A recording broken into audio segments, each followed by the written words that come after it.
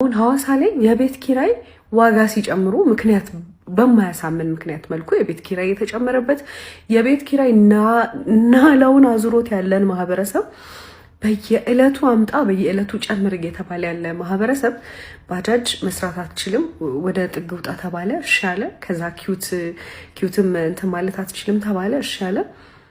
አሁን ደግሞ በሞተር መሄድ አትችልም፣ ምክንያቱም አላሟላህም፣ መንጃ ፈቃድ የለህም፣ ታርጋ የለህም ተባለ።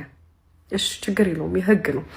ግን ይሄ ህዝብ ደግሞ እናንተው ራሳችሁ ታርጋ እጦት ወይም እጥረት ገጥሟችሁ ታግሷችሁ ነበረ። መጥቶ ታርጋ ጠይቆ ተመዝግቦ ምናምን ቆይቶ ሳታደርሱለት ቀርቶ ቆይቶበት ከዛ አምጥታችሁ የወሰደ ሰው አለ። ያ ማለት ለእናንተ ጊዜ ሰጥቷችኋል ማለት ነውና ለዚህ ሰውስ ጊዜ አይሰጥም ወይ? ለማህበረሰቡ ጊዜ አይሰጥም ወይ?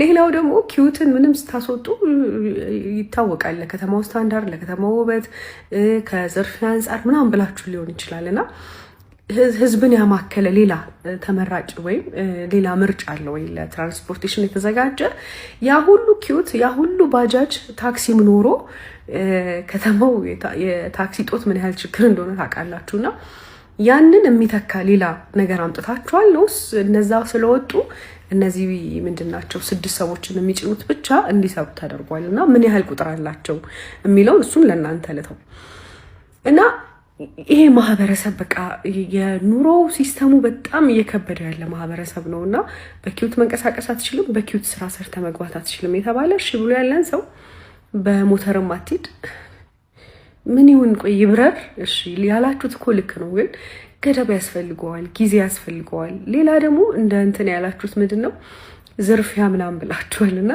እውነት እንነጋገር ከተባለ መሀል ከተማዎች ወይም መሀል ስፓልቶች ላይ ነው ውስጥ ለውስጥ የሚደረጉ ዝርፊያዎች ናቸው ከፍ እያሉ የሚመጡት የሚለው መልሱ ለእናንተ ይሁንና ህግን ማስፈጸማችሁ ልክ ነው። ግን ህግን ስታስፈጽሙ ለእናንተ ገቢ የሚያመጣውን ህግ አፈጻጸም ብቻ ሳይሆን ህዝብን ያማከለ የህግ አፈጻጸም ብትፈጽሙ በጣም መልካም ነው። ምክንያቱም በቤት ኪራይ ችግር ዙሪያ ሐዋሳ ላይ በደንብ ስለሚታወቅ ማለት ነው እና በደላሎች ወሳኝነት ብቻ አንድ ቤት በዚህ ዋጋ ይከራይ፣ ይሄን ያህል ይሁን፣ ይሄን ያህል ይጨምር፣ ካልሆነ አስወጡት እየተባለ የሚኖርን ህዝብ በዛ ኢሹ እንኳን ብትደርሱለት አንድ እፎ የሚልበት ርዕስ ሊሆን ይችላልና የሆነ ታርጋ ማውጣት ገንዘብ ስለሚያስገባ መንጃፍ ብዙ ነገሮች ለእናንተ ኢንካም ለከተማው ኢንካም ስለሚያስገባ ብቻ ወዲያ ውሳኔዎች ላይ ከሚሆን ህዝቡ ምን ላይ ነው የሚለውንም እዩት እንጂ በቃ ህዝቡንም እዩት። ከተማው አምሯል፣ በጣም ነው ደስ የሚለው።